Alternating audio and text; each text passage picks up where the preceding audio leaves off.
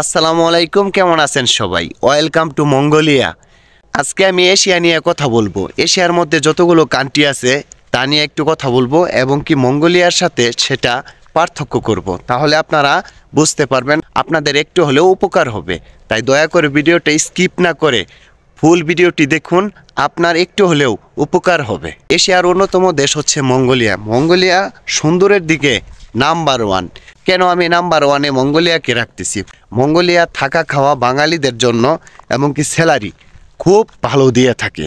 আপনি যদি এশিয়ার কোনো দেশের জন্য চেষ্টা করে থাকেন 4 থেকে 5 লক্ষ টাকার মধ্যে, তাহলে আমি বলবো আপনি মঙ্গোলিয়ার জন্য অ্যাপ্লাই করেন এবং কি মঙ্গোলিয়া চলে আসেন।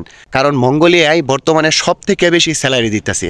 আনস্কিল লুকের স্যালারি দিচ্ছে $450 থেকে $600, আর স্কিল লুকের 600 থেকে প্রায় $1300 স্যালারি দিচ্ছে। তাহলে আপনি কেন ঘরে বসে থাকবেন? অবশ্যই আপনার মঙ্গোলিয়ার জন্য ট্রাই করা দরকার। মঙ্গোলিয়ার সবথেকে গুরুত্বপূর্ণ কথা হচ্ছে মাস শেষে আপনাকে স্যালারিটা সঠিক মতো দিয়ে দেয়। ওরা কখনো ঠগায় না, ওরা মিথ্যাচার বুঝে না। এশিয়ার বিভিন্ন কান্ট্রিতে প্রচুর পরিমাণ বাঙালি থাকার জন্য সেখানে দুর্নীতি শুরু হয়ে গেছে। সেখানে কিন্তু সঠিকভাবে আপনি স্যালারি পাবেন না, সঠিকভাবে খাবার পাবেন না, একটু হলেও কষ্ট হবে। সেই তুলনায় আমি বলবো মঙ্গোলিয়া ইজ বেস্ট কান্ট্রি। অনেকেই ভয় দেখিয়ে থাকে মঙ্গোলিয়া প্রচুর পরিমাণ শীত পড়ে, এখানে সার্ভার করা অনেক কষ্টদায়ক। আসলেও ভুল কথা ভাইয়া। মঙ্গোলিয়া প্রচুর পরিমাণ কনস্ট্রাকশনের কাজ হইতেছে। আমার পিছনে দেখতেছেন ওই যে দূরে কনস্ট্রাকশনের কাজ হইতেছে। প্রচুর সাইটেই মঙ্গোলিয়ায় কনস্ট্রাকশনের কাজ হইতেছে। আর এই কাজগুলো কি করে, সামার যখন সিজন থাকে সেই সিজনে বাইরের কাজগুলো কমপ্লিট করে ফেলে, আর শীতের সিজনে সেই ভিতরের কাজগুলো হয়। তার মানে আপনার কাজ নিয়ে কোনো টেনশন নাই, আপনি 100% কাজ করতে পারবেন, থাকতে পারবেন, খাইতে পারবেন।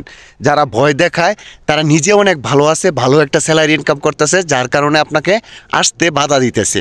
এটা কিন্তু মাথায় রাখবেন। মঙ্গোলিয়া শুধু কনস্ট্রাকশন বিষয় নয়, এখানে ক্লিনার বিষয় দিয়ে থাকে, রেস্টুরেন্টের বিষয় দিয়ে থাকে। আর আমি বলবো আপনি যদি শেফ হিসাবে মঙ্গোলিয়ায় আসতে পারেন তাহলে আপনার ভাগ্য খুলে যাবে। কেন বললাম? কারণ মঙ্গোলিয়ায় শেফের বেতন সর্বনিম্ন $1300। একবার বাংলায় কনভার্ট করে দেখেন আপনার কত টাকা আসে। অনেকেই বলে ভাইয়া $500 কত টাকা বেতন আসে?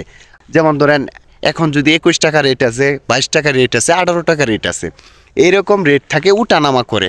হয়তোবা আজকে আপনার 19 টাকা আছে, কালকে 21 টাকা হয়ে যাবে। এটাই হচ্ছে রেট। আপনি 500 গুণন 119 দিয়া চেক করে দেখবেন।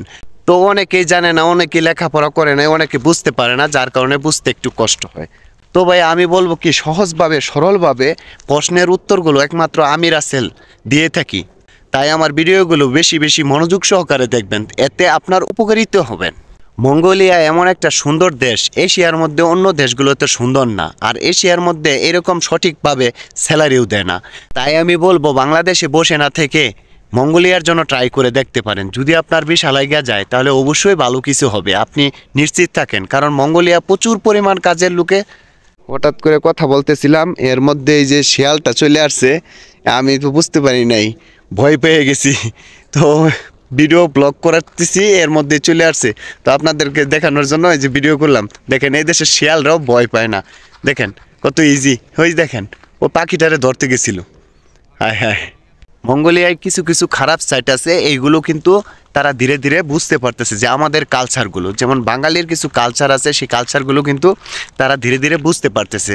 বাঙালি কীভাবে চলে, বাঙালি কী খায়, বাঙালি কিভাবে ঘুরে, বাঙালির ধর্ম কী, এইগুলো কিন্তু তারা ধীরে ধীরে বুঝতে পারতেছে। যার কারণে আমি বলবো এখন যারা ফাইল সাবমিট করবেন মঙ্গোলিয়ার জন্য তারা বেস্ট করবেন। আর মঙ্গোলিয়ার শীত নিয়ে আমি কিছু কথা বলি। মঙ্গোলিয়া যারা মনে করেন প্রচুর পরিমাণ শীত এরকম ভয় দেখায়, আসলে ভয় পাওয়ার কিছু নাই, সেই পরিমাণ শীত নাই। আমি যদি সার্ভার করতে পারি, আপনি কেন পারবেন না? এটাই হচ্ছে বড় কথা। তো ভাইয়া দেখা হবে নেক্সট কোনো ভিডিওতে। আপনাদের মতামত অবশ্যই কমেন্ট বক্সে লিখে জানাবেন, যাতে আমি নেক্সট ভিডিও তৈরি করতে পারি, আপনাদেরকে আরও সৌন্দর্য মঙ্গোলিয়ার দেখাতে পারি। সবাই ভালো থাকবেন, আল্লাহ হাফেজ।